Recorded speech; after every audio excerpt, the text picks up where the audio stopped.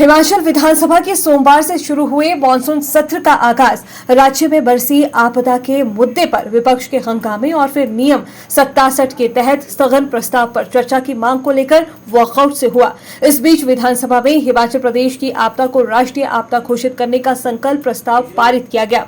मुख्यमंत्री सुखविंदर सिंह सुक्खू ने विपक्ष से भी संकल्प का समर्थन करने का आग्रह किया। मुख्यमंत्री सुखविंदर सिंह सुक्खू ने कहा कि बीजेपी पूरे तथ्यों और रिकॉर्ड्स के साथ विधानसभा में सच्चाई सामने रखे कि केंद्र ने राज्यों को आपदा राहत के लिए कितना पैसा दिया है। उन्होंने विपक्ष पर अखबारों में सुर्खियां बटोरने के लिए वॉकआउट का आरोप लगाते हुए कहा कि सरकार सुनने के लिए तैयार है, लेकिन विपक्ष अपनी बात सदन में रखे और हमारी बात भी सुने, केवल वॉकआउट की मानसिकता से सदन में न आए। वहीं लोकसभा स्पीकर कुलदीप सिंह पठानिया ने सुझाव दिया कि अगर विपक्ष आपदा पर चर्चा के लिए तैयार है तो सरकार की तरफ से आए 102 संकल्प में ही नियम अनुसार चर्चा करवाने को सरकार तैयार है।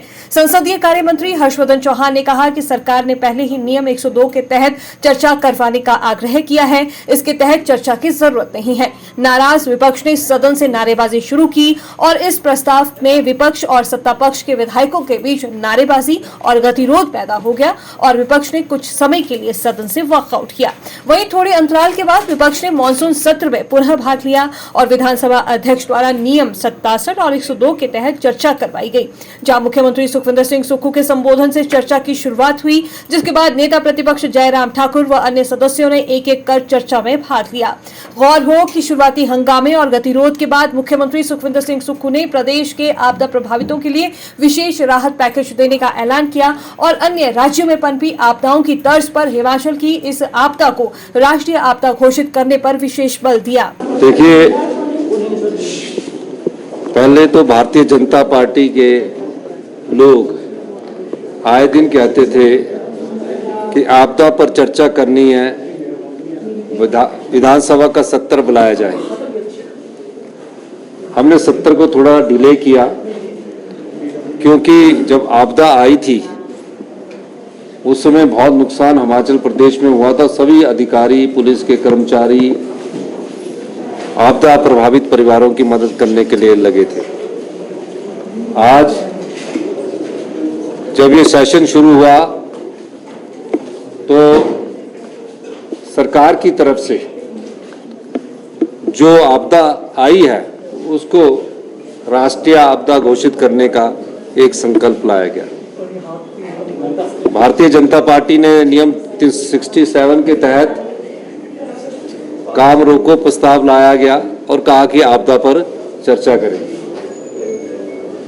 अभी जो चर्चा में भाग ले रहे हैं, माननीय विपक्ष के नेता जयराम ठाकुर जी ने भी और जो हमारे पूर्व अध्यक्ष विपिन परमार जी ने भी चर्चा में भाग लिया है, पर एक ही जो चाहे हमारा प्रस्ताव था चाहे उनके नियम 67 का काम रोको प्रस्ताव था, एक ही मंशा थी कि आपदा से प्रभावित परिवारों को और आपदा में जो हुआ नुकसान उस पर चर्चा की जाए। मकसद एक ही है, उसका मजनून बदला है लेकिन इच्छा सबकी एक ही थी। उन्होंने देखा कि हमें अखबार की सुर्खियों में कैसे रहना है, तो उन्होंने कहा कि हमारे पास जो आपदा प्रभावित परिवार है हमने तो कुछ किया नहीं है, और जब हमने कुछ किया नहीं है तो हम एक अखबार की सुर्खियों में रहने के लिए कुछ समय के लिए नारे लगाते हुए बाहर गए और उसके बाद वो दोबारा चर्चा में भाग लेने के लिए आ गए। अच्छी बात है, हमने उसको उनका भी अब आदर किया कि आप चर्चा में भाग ले रहे हैं। उद्देश्य क्या है? हिमाचल प्रदेश के जितने भी लोग हैं वो आपदा प्रभावित, काफी समय से आपदा प्रभावित परिवारों से संबंधित जो लोग हैं, हमारी सरकार उनको मदद कर रही है। अब वो देख रहे हैं कि केंद्र सरकार के पैसे भी ना आने के बावजूद भी हम जो आपदा प्रभावित परिवार है उसको गांव में रहने के लिए 5,000 रुपया किराए के रूप में दे रहे हैं। उस किराए में मैं आपको ये भी कहना चाहता हूं कि अपने पशु रखने के लिए जो पशुशाला पशु घर होता है, जो जिसको पहाड़ी भाषा में गोरनी बोलती है, उसमें उसके भी पैसे उपलब्ध है कि अपने पशु भी रख सकता है। शहरों में हमने 10,000 रुपये तक की लिमिट रख दी है। उसके अलावा हमने उनको गैस का चूल्हा, गैस का सिलेंडर 20 किलो आटा, 15 किलो चावल, ये सब उपलब्ध करवा दिया है। और जो अभी अपने रिश्तेदारों के पास भी रह रहे हैं, हम उसमें भी अभी उनको भी इसमें अलाउ करने जा रहे हैं। अब जब वो केंद्र सरकार से मदद की बात कर रहे हैं, हम पूछ रहे हैं कि बताओ तो सही कि केंद्र सरकार ने क्या मदद की है, तो गिना देते हैं। जो जुलाई में हमारी जो किस्त आनी है उसको गिना देते हैं, और जो दिसंबर में आनी है उसको एडवांस कर दिया उसको गिना देते हैं। अभी पिछले दिनों ही 315 करोड़ में से 189 करोड़ आया, उसको गिना देते हैं। कोई स्पेशल रिलीफ पैकेज नहीं आया है और ना ही इसको राष्ट्रीय आपदा घोषित कर रहे हैं। अब दुख इस बात का है कि जो हम प्रस्ताव लाए हैं उसमें भी राष्ट्रीय शब्द बोलने के लिए वो कतरा रहे हैं। स्पेशल रिलीफ पैकेज के लिए भी ये शब्द कतरा रहे हैं। मुझे नहीं लगता किस चीज का डर है उनको तो बोलना चाहिए कि सरकार ने प्रस्ताव लाया, केंद्र सरकार को इसकी मदद करनी चाहिए। आप चुनकर विधायक आए हैं, लोगों के प्रति आपकी जवाबदेही है।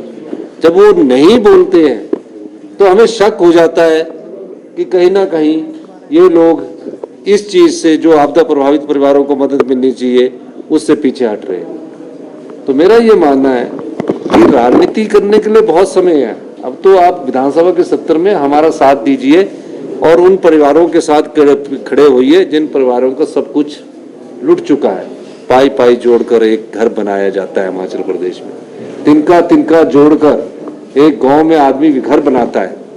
आज विपक्ष को उनके साथ खड़े होने की जरूरत है। महज चर्चा करके ही उनका दुख दूर नहीं किया जा सकता। इस दृष्टिकोण से हमने ये बात आज उनसे कही है। अपने जितने संसाधन हैं उन संसाधनों में से हम special relief package Himachal Pradesh के आपदा प्रभावित परिवारों के लिए लेकर आएंगे। घर बनाने के लिए कितना पैसा देना है, पशुशाला बनाने के लिए कितना पैसा देना है, व्यक्ति की मृत्यु पर कितना पैसा देना है, फसलें बर्बाद होने पर कितना फैसला देना है, घरों में सिल्ट घुस गई है उसका कितना पैसा देना है, जिसका पूरा पक्का मकान टूट गया उसको कितना पैसा देना है, जिसका कच्चा मकान थोड़ा टूट गया उसको कितना पैसा देना है, जिसके पास घर बनाने के लिए जमीन नहीं है लेकिन उसके नाम पर ऐसी जमीन रेवेन्यू रिकॉर्ड में है लेकिन वहां वो दोबारा घर नहीं बना सकता, उसको जमीन कैसे उपलब्ध करवानी है, उसके लिए हमारी विचार विमर्श कर रहा है। ये सब चीजें इस चर्चा में हैं और इस मामले में हमारी सरकार उन सभी लोगों के लिए 26 तारीख या 27 तारीख को हम इसके लिए एक स्पेशल रिलीफ पैकेज लाएंगे। मैं हिमाचल के सभी लोगों को, हिमाचल के आम परिवार के लोगों को, हिमाचल के गरीब परिवार के लोगों को, हिमाचल के किसान बागवान के परिवारों के लोगों को ये आश्वस्त करना चाहता हूं, हमारी सरकार का एक एक मंत्री, हमारी सरकार का एक एक विधायक उनको रिलीफ पैकेज में जो भी उनकी आर्थिक मदद होगी उसके लिए तैयार खड़ा है। मुझे तो दुख इस बात का है, पिछले 1 महीने से कहा कि भारतीय जनता पार्टी के विधायकों ने कि हम उनको 1 महीने की सैलरी देंगे, आज तक 1 महीने की सैलरी नहीं दी गई है। अब उन्होंने मुझे कहा है कल देंगे, अच्छी बात है, देर आए दुरुस्त आए। पैकेज में भी ना ऐसा हो कि देर आए दुरुस्त आए। इसलिए भारतीय जनता पार्टी को लोगों को ठगना नहीं चाहिए। अब कब तक लोगों को ठगते रहेंगे? आपको सही बोलना चाहिए कि केंद्र सरकार के लोगों से हम बात नहीं कर सकते हैं, हमारी नहीं चल रही है केंद्र सरकार में, हम गृह मंत्री जी से नहीं मिल सकते हैं, हम देश के प्रधानमंत्री से नहीं मिल सकते हैं। हमने देश के प्रधानमंत्री से भी अनुरोध किया, गृह मंत्री से भी अनुरोध किया और मैं आगे भी अनुरोध करता रहूंगा। और सब प्रकार से हिमाचल के जो भी लोग हैं उनके लिए हम सब लोग केंद्र सरकार से अनुदान की बात करते रहेंगे। हम फेडरल स्ट्रक्चर में रहते हैं, हमारा ये दायित्व बनता है, जो सरकार के पास टैक्सेस का जो शेयर आता है उसमें हमारा भी अधिकार बनता है, हमें मिलना चाहिए। जब हमारे भुज में मिला, जब केदारनाथ में मिला और जगह मिला तो हमें क्यों नहीं मिल रहा? हमारा कसूर क्या गया है? कांग्रेस की सरकार है। इस दृष्टिकोण से ये कार्य नहीं होना चाहिए। किसी भी अपात्र को अभी तक नहीं मिला। हमने सख्त निर्देश दिए हैं क्योंकि अभी पैकेज आना है ना, एक पैकेज आया है 7 से 14 का, उसमें कोई भी ऐसी शिकायत हमारे पास नहीं आई। अब जो अगला पैकेज आएगा उसमें हमारे सरकार के मंत्रिमंडल के सभी सदस्य उसका गहन परीक्षा करेंगे, वहां क्षेत्रों में जाएंगे और जो भी प्रभावित परिवार है उसी ही मिलेगा। सर, G20 डिनर पे जो ऑपोजिशन आपके स्टेटमेंट पे आरोप लगा रहा है कि वो राष्ट्रपति का अपमान है, जो आप कह रहे हैं कि आप वहाँ डिनर के लिए नहीं गए, आपने देखिए, मैंने ये कहा है कि हम वहाँ खाना खाने गए थे, पर उसके साथ हमने ये भी कहा है कि हमने अपने प्रदेश के लोगों के हितों की बात भी रखी कि हिमाचल प्रदेश को राष्ट्रीय आपदा घोषित किया जाए। सर, जो रेजोल्यूशन लाया गया है, क्या ऑपोजिशन की मंशा लग रही है, विल दे सपोर्ट? मैं ये चाहूंगा, आज आपके पास समय है, नहीं तो हिमाचल की जनता आपको माफ नहीं करेगी।